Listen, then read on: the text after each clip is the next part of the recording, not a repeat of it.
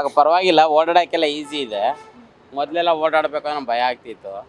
ಎಲ್ಲಿ ಹೋಗೋಕ್ಕೂ ಬರೋಕ್ಕೂ ಜಾಗನೇ ಇರ್ತಿರಲಿಲ್ಲ, ಫುಲ್ ಟ್ರಾಫಿಕ್ ಜಾಮ್ ಥರ ಆಗ್ತಿತ್ತು.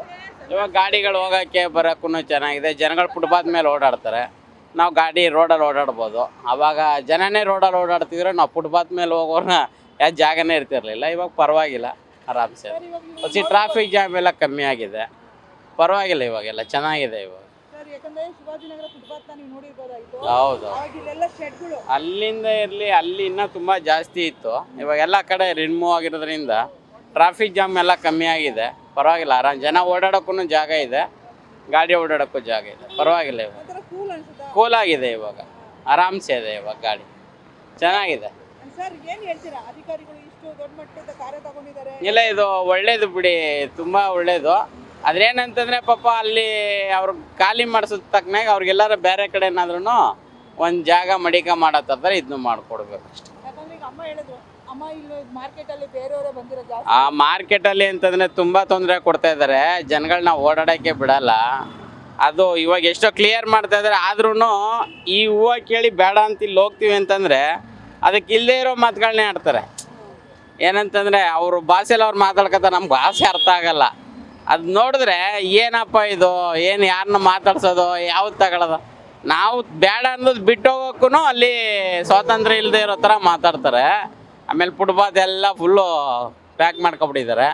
ಅಲ್ಲೇನು ಓಡಾಡೋಕ್ಕೂ ಆಗಲ್ಲ, ಮಾಡೋಕ್ಕೂ ಆಗಲ್ಲ. ಹೋಗಿ ಬರ್ತೀವಿ ಅಂತಂದ್ರೆ ಹಾಫ್ ಆನ್ ಅವರ್ ಬೇಕಲ್ಲಿ ಜಾಗ, ಹಂಗಾಗಿದೆ. ಅದೊಂದು ಕ್ಲಿಯರ್ ಆದರೆ ಒಂದು ಸ್ವಲ್ಪ ಪರವಾಗಿಲ್ಲ, ಇನ್ನು ಚೆನ್ನಾಗಿರುತ್ತೆ ಅಷ್ಟೇ. ಸರ್, ಇದಕ್ಕೆ ಕಾರಣ ಏನಂತೀರಾ? ಏನಿಲ್ಲ, ಅದೊಂದು ಸ್ವಲ್ಪ ಸೀರಿಯಸ್ ಆಗಿ ತಗೊಂಡು ಮಾರ್ಕೆಟ್ನ ಒಂದು ಸ್ವಲ್ಪ ರೆಡಿ ಮಾಡ್ಬೇಕಷ್ಟೆ. ಬಂದಿರೋದು ಕಾರಣನ? ಹೌದು, ಅಲ್ಲಿಂದ ಬಂದಿದ್ದಾರೆ, ಇಲ್ಲಿ ಜೀವನ ಮಾಡೋಕೆ ಬಂದಿದ್ದಾರೆ. ಅದೇ ಥರ ಇಲ್ಲಿ ಅವ್ರನ್ನ ಗೌರವ ಕೊಟ್ಟು ಮಾತಾಡೋದನ್ನ ಕಲಿಬೇಕು. ಅದನ್ನ ಬಿಟ್ಟು ಅವ್ರ ಭಾಷೆಯಲ್ಲಿ ಅವ್ರು ಏನೇನೋ ಬೈಕೊಳ್ಳೋದು ಮಾಡೋದು ಅದನ್ನೆಲ್ಲ ತಪ್ಪು.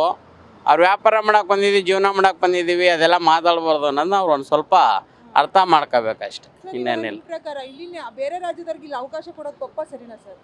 ಅಲ್ಲ ಅಲ್ಲ ಅವ್ರ ಜೀವನ ಮಾಡಕ್ಕೆ ಬಂದಿದ್ದೀವಿ ಅಂತ ಗೊತ್ತಿರೋರು, ಬೇರೆ ಕಡೆಯಿಂದ ಬಂದಿರೋರು, ಅವ್ರು ಹೆಂಗಿರ್ಬೇಕು ಹಂಗಿರ್ಬೇಕು. ಬರಲಿ, ಇರಲಿ, ಎಲ್ಲರೂ ಇಲ್ಲಿಯವ್ರು ಅಲ್ಲಿಗೆ ಹೋಗ್ತಾರೆ, ಅಲ್ಲಿಯವ್ರು ಇಲ್ಲಿಗೆ ಬರ್ತಾರೆ.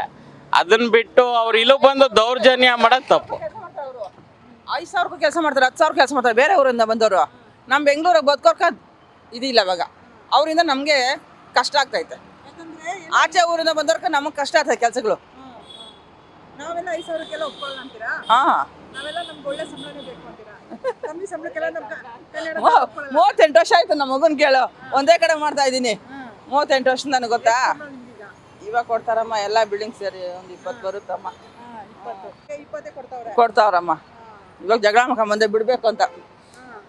ಅದನ್ನೇ ಹೇಳ್ತಾ ಇರೋದು. ನಮ್ಮ ಬೆಂಗಳೂರವರು 5,000-10,000 ರೂಪಾಯಿಗೆಲ್ಲ ಒಪ್ಕೊಳ್ಳಲ್ಲ.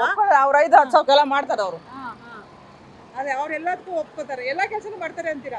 ಎಲ್ಲ ಮಾಡ್ತಾರೆ, ಎಲ್ಲ ಕೆಲಸ ಮಾಡ್ತಾರೆ. ಕೊಲೆನೂ ಮಾಡ್ಬಿಟ್ಟು ಹೋಗ್ತಾರೆ ಬೇಕಾದ್ರೆ ಬಾಚ್ಕೊಡು ಎಲ್ಲನೂ. ಅಜ್ಜಿ ಎಲ್ಲೋಗಳೆ, ತಾತನ ಇಲ್ಲೋಗನೆ ಕಸ ಹಾಕ್ತೀರಿ ಅಂದ್ಬಿಟ್ಟು ಕೊಲೆಗಳು ಮಾಡ್ಬಿಟ್ಟು ನಮ್ಮ ಆಫೀಸ್ ಮುಂದೆನೇ ಕೊಲೆ ಆಗೋಯ್ತು 2-3.